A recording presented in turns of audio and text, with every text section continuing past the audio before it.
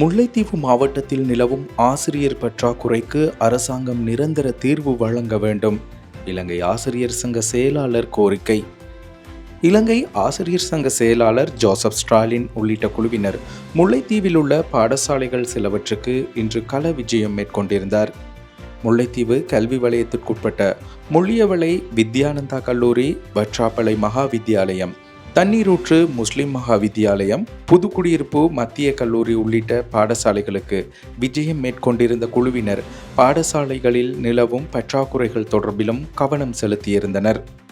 இதன்படி முல்லைத்தீவு மாவட்டத்தில் நிலவும் ஆசிரியர் பற்றாக்குறைக்கு அரசாங்கம் நிரந்தர தீர்வு வழங்க வேண்டும் என இலங்கை ஆசிரியர் சங்க செயலாளர் ஜோசப் ஸ்டாலின் இதன்போது கோரிக்கை விடுத்தார்.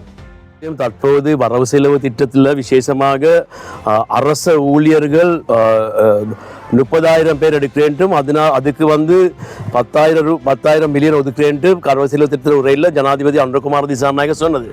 ஆனாலும் எங்களுக்கு தெரியும் முல்லைத்தீவில் எடுத்துக்கொண்டால் ஆசிரியர் பற்றாக்குறை எவ்வளவு இருக்குதுன்னு சொன்னால், முல்லைத்தீவில் இருக்கிற முதலாவது இருக்கிற தேசிய பாடசாலை வித்யானந்த வித்யாலயத்தை கூட நாங்கள் எடுத்துக்கொண்டால் அந்த பாடசாலையில் 63 ஆசிரியர் தான் இருக்கிறாங்க, 91 பேர் இருக்கணும்.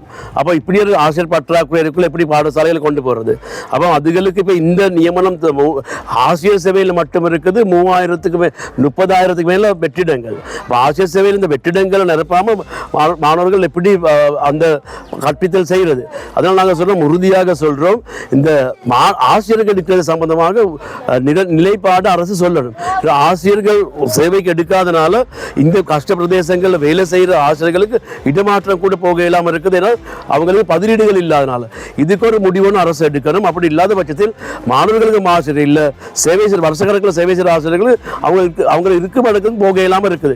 இதுக்கு ஒரு முடிவுன்னு அரசு எடுக்க வேண்டும். வரவு செலவு திட்டத்தில் எடுத்துக்க முடிவு தான் அரசுடைய எல்லாம் சேர்த்து 30,000 பேர் எடுக்க போகிறாங்க. அதோடு எங்களுக்கு தெரியும், மாணவர்களோட கல்வி சம்பந்தமாக எடுத்துக்கொள்ள பாடசாலைகளில் பல பிரச்சனைகள் உருவாகி இருக்குது. இப்போ இதில் பெற்றோர்கள்ட்ட தான் காசு அறவிட்டுறாங்க அதிகமாக. இப்போ பெற்றோர்கள் கல்வி சுமை வந்திருக்குது. இப்போ அதனால தான் விசேஷமாக கல்விக்கு ஜிடிபியில் 100க்கு 6 ஒதுக்க சொல்லி கேட்டோம். இப்போ கடந்த அரசாங்கம் கூட 100க்கு 1.2 தான் ஒதுக்கி இருக்குது. இந்த வரவு செலவு திட்டத்தில் 1 கூட ஒதுக்கி இல்லை. அதனால் நாங்கள் சொல்றோம், கல்விக்கு ஒதுக்கீடு அதிகரிக்கணும். அதிகரிச்சா சரி. அதோட இப்போ கல்வி சம்பந்தமாக எடுத்துக்க ஒரு தீர்மானம் தான் பாடசாலைகளை மீளாய்வு செய்கிறது.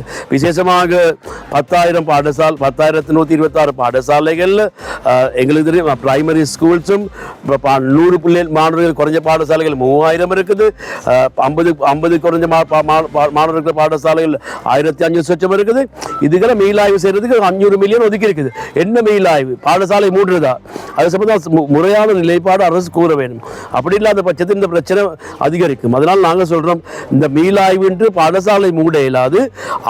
மாணவர்களுக்கு கல்வி தான் அவசியம். அதோடு எங்களுக்கு ஆசிரியர்கள் சம்பளம் சம்பந்தமாக நாங்கள் உறுதியாக இருந்ததான் என்னது எங்களுக்கு சுபோதனி கமிட்டியில் முன் வச்ச 3/2 பங்கு கொடுக்க சொல்லி இப்போ உன்னைக்கும் கொடுத்திருக்கிறது அரசு ஊழியர் பொதுவாக கேட்ட சம்பளம் அதிகரிப்பு. ஆனாலும் அரசு ஊழியர் கேட்டது 20,000 அதிகரிக்க சொல்லி. ஆனாலும் 20,000 அதிகரிச்சிருக்குதா? இல்லை. அப்போ அந்த எங்கிட்ட அது ஒரு கேள்விக்கூறா இருக்குது. மருத்துவத்தில் எங்களுக்கு நாங்கள் சுபோதனி கமிட்டியில் 3/2 பங்கு கேட்டோம். அது சம்பந்தம் ஒரு வாரத்தை கூட வரவு செலவு திட்டத்தில் பேச இல்லை. இப்போ அதோடு நாங்கள் சொல்கிறோம், விசேஷமாக இப்படி பின்தங்கிய கல்வி இருக்கிற முல்லைத்தீவு பகுதியில் இதை முன்னுக்கு எடுக்கணும்.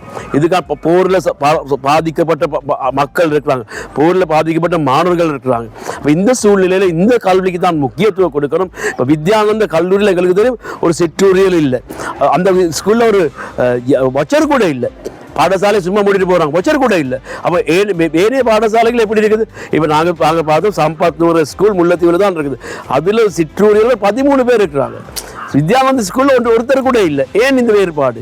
நாங்கள் சொல்லுவோம், அரசுக்கு உடனடியாக இந்த பிரச்சனை தீர்க்க சொல்லி, பாடசாலைக்கு அவசியமான எல்லா மனித வளங்களை வழங்க சொல்லி, அப்படி இல்லாமல் முல்லைத்தீவு எப்படி நாங்கள் முன்னேற்றுறது, கல்வி எப்படி முன்னேற்றுறது? அதனால் இதுக்கு கவனம் செலுத்த வேண்டும்.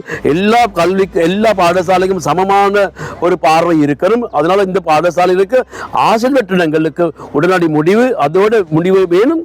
அதோடு இந்த பாடசாலையில் ஏனைய மனித வளங்களுக்கான செயல்பாடுகளும் நடக்கணும்னு நாங்கள் உறுதியாக சொல்கிறோம்.